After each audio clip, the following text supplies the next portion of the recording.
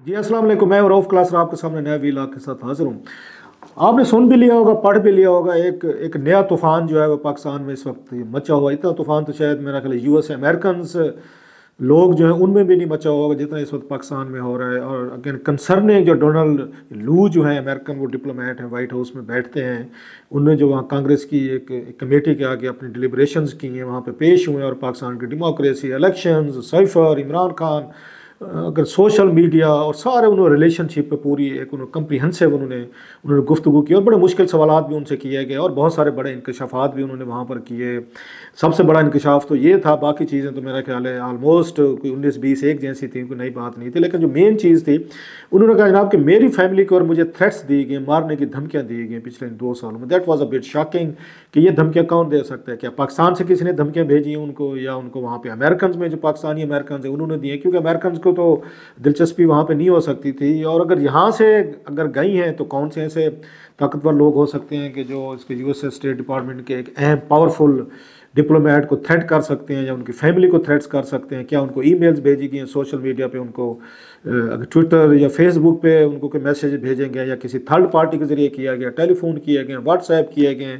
ये उन्होंने डिटेल जो है ना उन्होंने वहाँ पे नहीं बताई। और ना वहाँ पे कांग्रेसमैन ने पूछा। मेरा ख्याल है पूछना चाहिए था कि आपको किसने थ्रेट किया, क्या उस पर FBI ने या दीगर एजेंसीज ने क्या रिपोर्ट किया है, क्या 2 साल बड़ा अरसा हुआ है, कुछ उसमें पेशरफ्त हुई है, या कौन लोग हैं, कुछ आइडेंटिफाई किए जा सकते हैं? नहीं ये किए जा सकते। लेकिन उन्होंने जिस अंदाज में कहा तो मेरा ख्याल शायद कांग्रेस मैन के भी वो कहते हैं ना सर के ऊपर से बात गुजर जाना। अदरवाइज ये बहुत बड़ी बात थी कि उनको थ्रेट मिली है। इस पर मेरा ख्याल है फर्दर कुछ 4-5 मिनट उन्हें लगाने चाहिए थे कांग्रेस मैन को, उनसे डिटेल जो है ना मांगनी चाहिए थी, पूछनी चाहिए थी। It might have helped.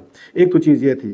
साथ में हमने ये देखा जो बड़ा सवाल है, जो मैंने भी सुना है, पढ़ा भी, आपने भी सब ने देखा होगा, पढ़ा होगा, पाकिस्तान की एक तारीख का बहुत बड़ा वाक़या है कि एक हुकूमत रजीम चेंज की गई अकॉर्डिंग टू इमरान खान साहब, और उसके नतीजे में पाकिस्तान आर्मी और पॉलिटिकल जो इलीट थी, स्पेशली एक पॉलिटिकल पार्टीज से इमरान खान साहब के दरमियान जो बैड ब्लड आया है, इस्टेब्लिशमेंट और खान साहब की पार्टी के दरमियान जो पिछले 2 साल से बढ़ता ही जा रहा है, कम नहीं होता जा रहा, उसका इससे बड़ा गहरा ताल्लुक है। साइफर वो कंट्रोवर्सी जो है कि साइफर में कौन सच बोल रहा है, कौन झूठ बोल रहा है, और अल्टीमेटली क्या निकला है इसमें से, क्या हु इज़ द विनर इसमें से। ये सारी अगर आप इसको सामने करके रखें तो सच कौन बोल रहे हैं?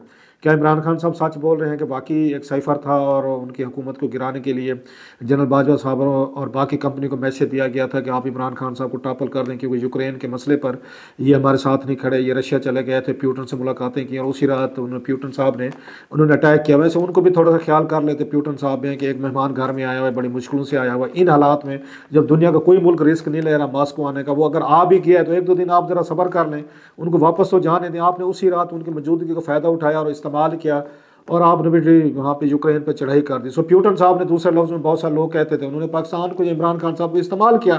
खैर दुनिया ऐसे ही चलती है, एक दूसरे को इस्तेमाल किया जाता है, मफादात पे चलती है। सो वो उन खान साहब का ये उनका मौक़िफ़ था। अच्छा, फिर उसके बाद असद मजीद साहब जो हैं, जिन्होंने साइफर लिखा था, वाशिंगटन में पाकिस्तान के एम्बेसडर थे, तो जब वो आए उन्होंने अपना बयान दिया, FIA के सामने दिया, जब वहाँ पे अदालत में दिया जिस पे ये इमरान खान से को सज़ा भी हुई है, तो उन्होंने कहा जनाब कोई थ्रेट, कोई धमकी नहीं दी गई थी, और ये मेरी तरफ से अपनी ऑब्जर्वेशन थी जो मैंने शेयर की थी पाकिस्तान के साथ कि मेरी मुलाकात हुई है तो उनके जहन में इस तरह की एप्रीहेंशन या ऑब्जर्वेशन हैं, तो मैंने तो अपनी ऑब्जर्वेशन शेयर की थी। कहीं पर साजिश का लफ्ज़ भी नहीं था कि साजिश की जा रही है, या थ्रेट भी नहीं था, ये असद मजीद ने भी कहा।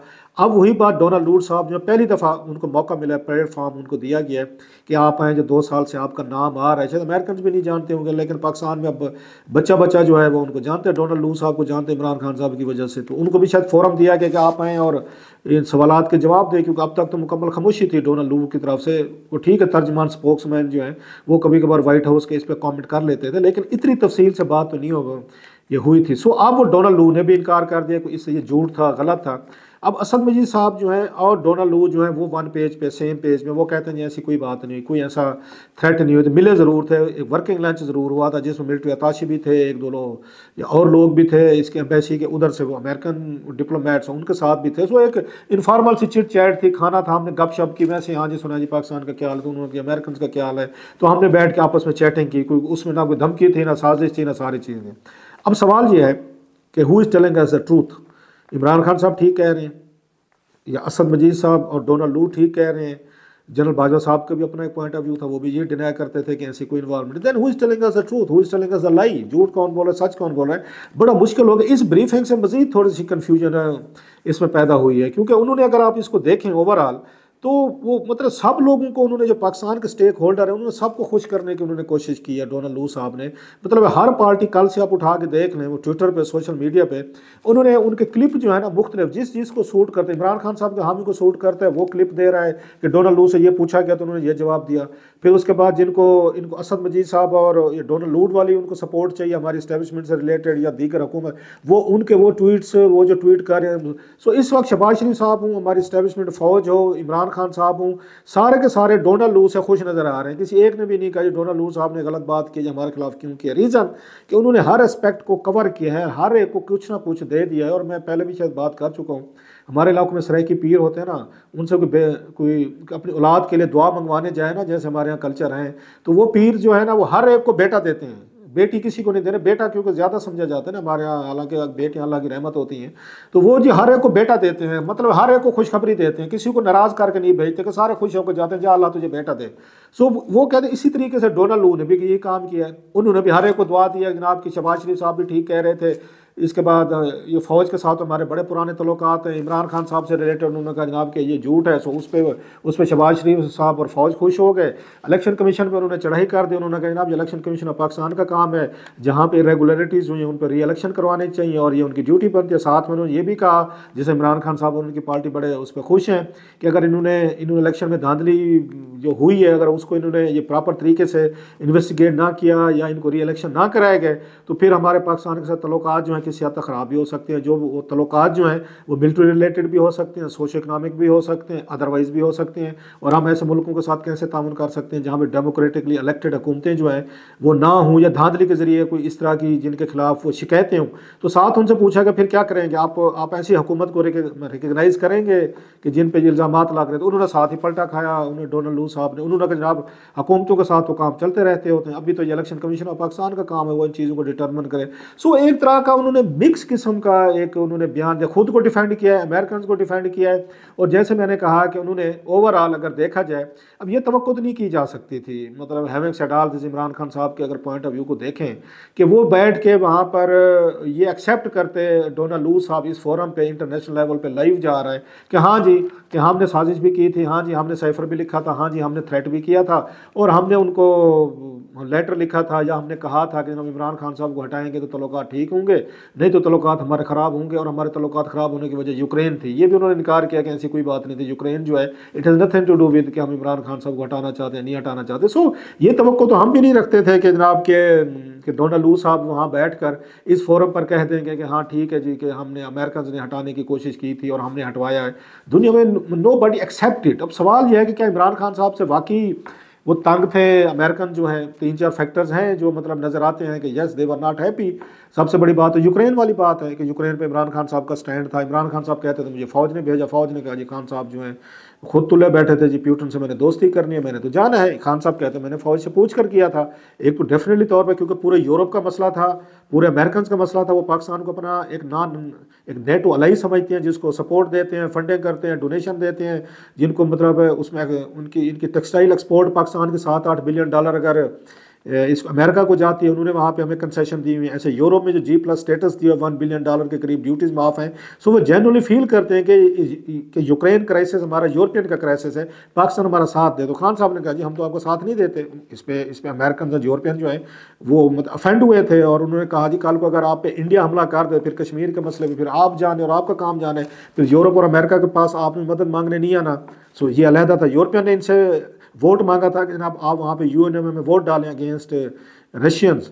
तो खान साहब ने, आपको याद है, लेटर उन्होंने मेल्सी में जाकर लहराया था जी मुझे लेटर लिखा यूरोपियन यूनियन ने कि हमें वोट डालें, तो हम कोई गुलाम थोड़े हैं।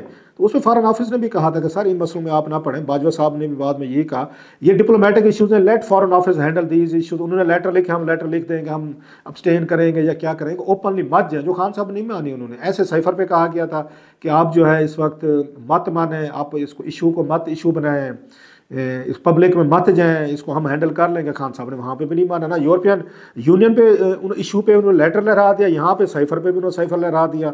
सो वो चीज़ें थी, क्योंकि खान साहब को लग रहा था I am on my way out, लिहाजा मैं जाते हुए अपने साथ पूरा का पूरा हाउस ऑफ कार्ड्स जो है ना, मैं ये भी लेकर जाऊंगा। और उसका नतीजा खैर खान साहब भुगत रहे हैं। लेकिन खान साहब को इससे अगर देखा जाए तो उनके हामियों के लिए बहुत सारा इस ब्रीफिंग में चेयर करने के लिए भी है। दो चार बड़ी चीज़ें, एक तो ये है कि इस फोरम तक लॉबिंग की उन्होंने जो कुछ भी किया, आखिर वो मजबूर करके ले गए उसके यूएस स्टेट डिपार्टमेंट को कि उनको किसी न किसी फोरम पे जवाब दे किया जाए, उनसे जवाब तलबियाँ की जाए, क्वेश्चंस किए जाएँ। और फ़ौरन उनकी कमेटी जो है उसने जिसने इस पर बात की, पर डोनाल्ड लूट साहब को बुलाया गया, उन्होंने आखिर उनको बुलाया और उनके सामने क्वेश्चनिंग हुई, पूरी कौम ने देखा और बड़े टफ सवाल उनको डाले गए। सो ये लॉबिंग की हद तक उनकी कामयाबी बनती है, मेरा ख्याल है। उनके PTI के दोस्त जो हैं, जो सिंपथाइजर है वहाँ पर, एक चीज़।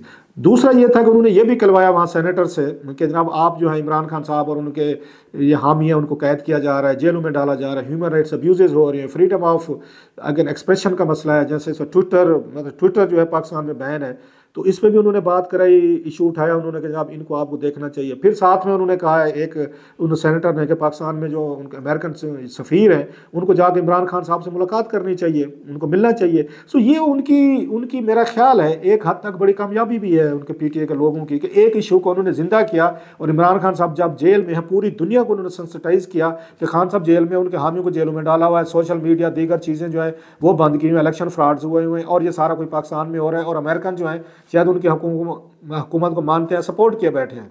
तो खान साहब के साथ ज्यादती हो रही है, उनकी तरफ से वो ज़्यादा है। दूसरी तरफ से कहते हैं कि नहीं, ये फोरम खुद स्टेट डिपार्टमेंट भी चाहता था कि एक मौका मिले डोनाल्ड लू को, वो जाएँ और सारी क्लैरिफिकेशन करें कि खान साहब और उनकी पार्टी जो कैसे झूठ बोलते रहे, गलत बयानियाँ करते रहे, और अपना पॉइंट ऑफ व्यू जो है वो वहाँ पर डट कर वो बड़ा स्ट्रॉन्ग तरीके से पेश करें। सो दोनों साइड्स हैं, तीनों हैं, बल्कि मतलब अब इसमें जिसका जो दिल चाहे, मतलब आप अपने अपने पहलवान जो है ना उसको उठा के, मुझे याद है देहातों में हमारे होता था कि हमारे देहातों में एक कुश्ती हो रही है ना, जहाँ पे हम देखते थे 3-4 पहलवान लड़ रहे हैं, फिर कहीं पे आकर पूरी धूल मट्टी उड़ा देती थी। हर पार्टी अपने पहलवान अपने उस कंधे पे उठा के ढोल बजाते हुए नाचना शुरू कर देते थे, हमारा जीत गया, हमारा जीत गया। ये देहातों में आप लोगों को पता है सारा कुछ होता था। ये तो सेम अब यहीं पे हो रहा है। सारे इन्होंने अपने अपने पहलवान उठा लिए ट्विटर सोशल मीडिया पे। एस्टेब्लिशमेंट के अपने पहलवान हैं, उनके इमरान खान साहब के अपने हैं, फिर यहाँ पे अगर नवाज शरीफ साहब और ये हो गए शहबाज शरीफ साहब, उनके अपने हैं, अमेरिकन के अपने, हर कोई अपनी अपनी ढोल की बजा रहा है कि जैसे जीत गए, आज से जीत गए जी, देखें जी डोनाल्ड लू साहब के साथ बड़ा बुरा हाल हुआ, उनके साथ फलान हुआ, या वो कहते हैं जनाब ये देखें डोनाल्ड लू साहब ने इमरान खान साहब को एक्सपोज कर दिया, उन्होंने कहा जी सारा झूठ है।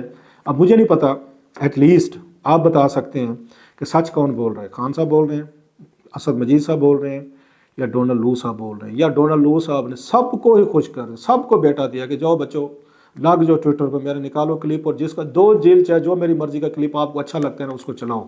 तो मेरा तो ख्याल है यही कुछ हो रहा है। देखते हैं 2-4 दिन ये इशू चलता रहेगा। खान साहब अब इस बयाने से मुतमिन होते हैं या नहीं होते, इंतज़ार करते हैं कि इमरान खान साहब जो हैं या उनकी पार्टी जो है इस बयाने पे क्या कहती है, कि जो डोनाल्ड लू की वहाँ पर उन्होंने जो बातें की हैं, इसका मेरा ख्याल इमरान खान इस पर कोई ना कोई रिएक्शन देंगे। जब रिएक्शन देंगे फिर उस पर बात करेंगे सर।